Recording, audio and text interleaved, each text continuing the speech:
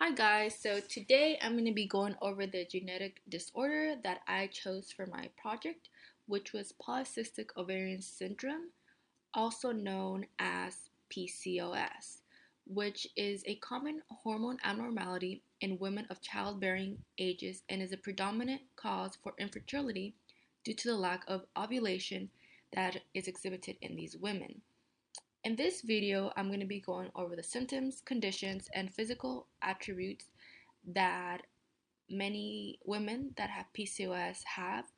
But first, we're going to be looking at a picture that compares a normal ovary with a polycystic ovary. And as you can see, there's a very big difference between the two.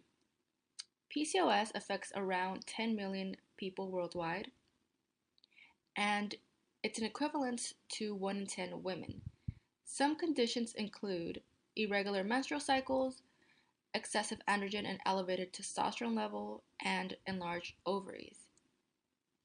Additionally, some symptoms include excessive body hair, baldness or bald spots, infertility, miscarriages, and pregnancy-related problems, obesity, and acne. Some complications include type 2 diabetes, cardiovascular problems, sleep apnea, abnormal uterine bleeding, high blood pressure, insulin resistance, and endometrial cancers. The diagnosis for PCOS is annual physical exams, pelvic exams or pap smear, blood test, ultrasound, and of course, genetic testing if the woman feels like this is something that runs in her family. So you may be asking, how is this at all related to medical genetics? And I am going to dive into that right now, and I'm going to present some case studies that I found were super interesting and very relevant to this topic and as to why I chose this disorder. So, according to the online Mendelian inheritance in man, PCOS is considered to be autosomal dominant. And in 1995, a study was conducted and showed that 24 women that exhibited hirsutism carried this disorder in a dominant fashion, affecting 96% of daughters of affected females and 82% of daughters of carrier males.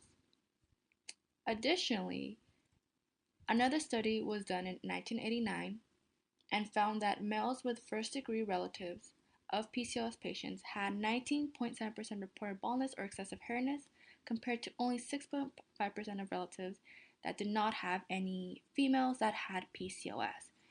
So you might be asking, why did I choose this topic? So I have an extended family. There are 14 living siblings on my mom's side and 9 living siblings on my father's side. And this is a picture of my family. It was a family reunion about 2 years ago, and I will be the first to say that I was a little upset and bummed out that I didn't know of any genetic disorders that ran in my family until I brought up this assignment to my cousin. And to my surprise, she had PCOS. And after doing further research and asking her, it turns out that 2 of her 3 sisters have PCOS and have been diagnosed. My aunt, her mom, has it, my mom and 2 other aunts have it, and as stated previously, patients with PCOS are predominantly more exposed to type 2 diabetes and hypertension. And after looking at my pedigree tree, I discovered that this is in fact a genetic disorder that runs on my mom's side of the family. So now I'm going to jump into the interview that I conducted with my cousin. Enjoy! Hello, I'm Diana, Christy's cousin, and I have PCOS. So I found out I had this at the time I was 18 years old, and I originally went in for a pap smear because I was on my period at the time, and I was on it for 2 weeks, and I thought that was very long, and it was a lot, and I was scared. So my oldest sister took me to Kaiser. I originally went in for the pap smear, but they took samples, told me to relax because it was my first one. The nurse was holding my hand, and then they took my samples. She took it to the lab. The doctor was asking me certain questions, like if I was pre-diabetic, if I was sexually active, or if I was on birth control. I said yes to the sexually active, but I was using protection, but I was not on birth control at the time.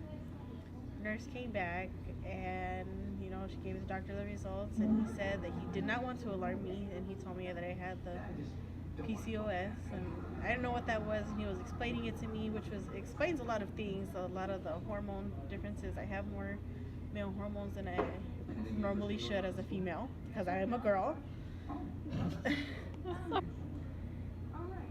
Anyways, um, so when he came back in with the results, he was explaining to me like, I have more male hormones, which explains kind of the facial hair.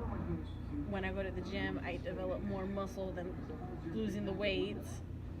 And then he recommended me that I do go on birth control to balance out these hormones, and I did take it. And he also told me that I had a 75% chance that I couldn't get pregnant, but the other 25 was a good chance. But it still made me upset because that's a pretty high number on a percentage not to have kids. But I live with it, and it's okay so far.